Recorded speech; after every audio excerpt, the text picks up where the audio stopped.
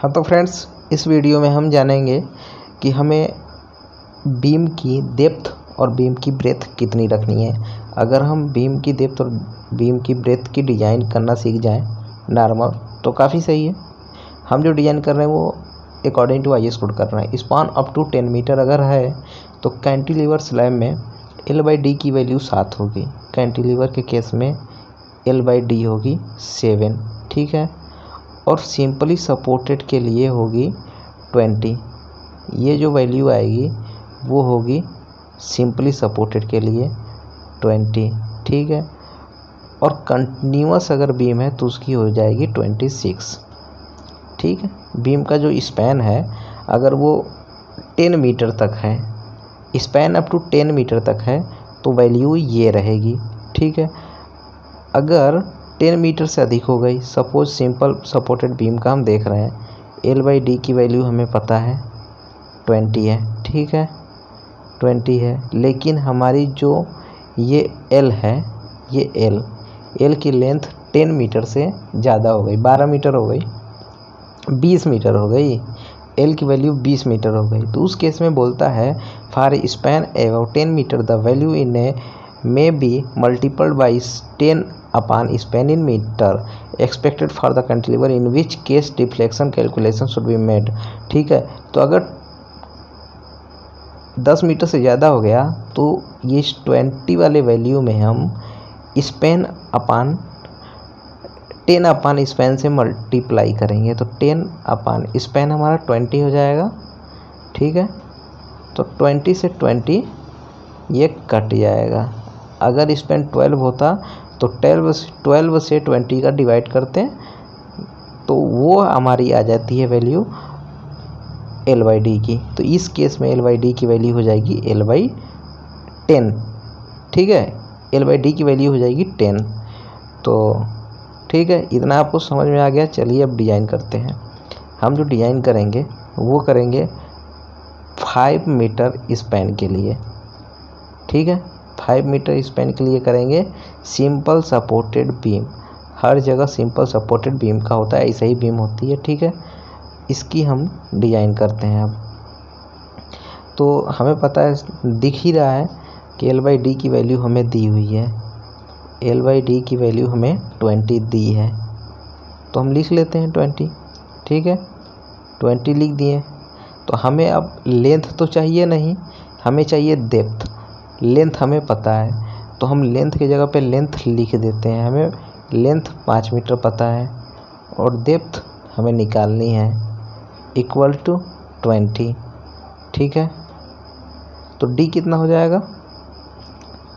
तो हमारा जो D है वो हो जाएगा, D हमारा चला जाएगा यहाँ पे और 20 आ जाएगा यहाँ पे, 20 नीचे आ जाएगा, D वहाँ चला जाएगा, ठीक है।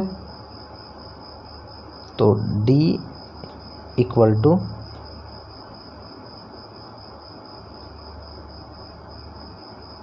20 अपान 5 अपान 20, 5 अपान 20 हो जाएगा, यही ना होगा। अब देख सकते हैं ये यहाँ आएगा और D यहाँ जाएगा, ठीक है।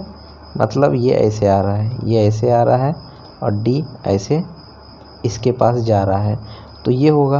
अब हम इसको डिवाइड करते हैं, ठीक है।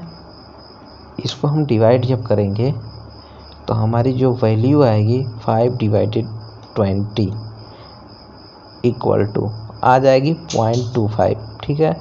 मतलब हमारी जो depth I, depth of beam वो आ गई 0.25 मीटर, ठीक है। 0.25 मीटर आ गई। अब इसको हम चेंज करेंगे सेंटीमीटर में, ठीक है। सेंटीमीटर में जब चेंज करते हैं इसे तो 250 को अगर सेंटीमीटर में चेंज करेंगे तो कितना आएगा? तो 250 को 0.25 को हम मल्टीप्लाई कर देंगे, क्योंकि 1 मीटर में होता है 100 सेंटीमीटर, तो 0.25 मीटर में होगा इंटू 100 25 सेंटीमीटर।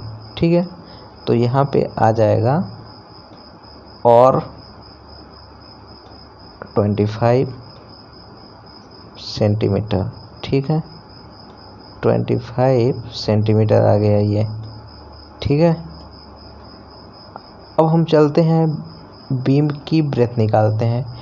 तो ब्रीथ जो है बीम का, उसका फार्मूला ये दिया हुआ है, आप देख सकते हैं। लेकिन ये जो वैल्यू आती है इसकी, उसके लिए ये जो डी चाहिए, डी सेंटीमीटर में हमें चाहिए, जिसे हम निकाल चुके हैं। ठीक है, तो हम इस फार्मूले में पुट करते हैं value, breadth equal to D हमारी आ गई 25 सेंटीमीटर।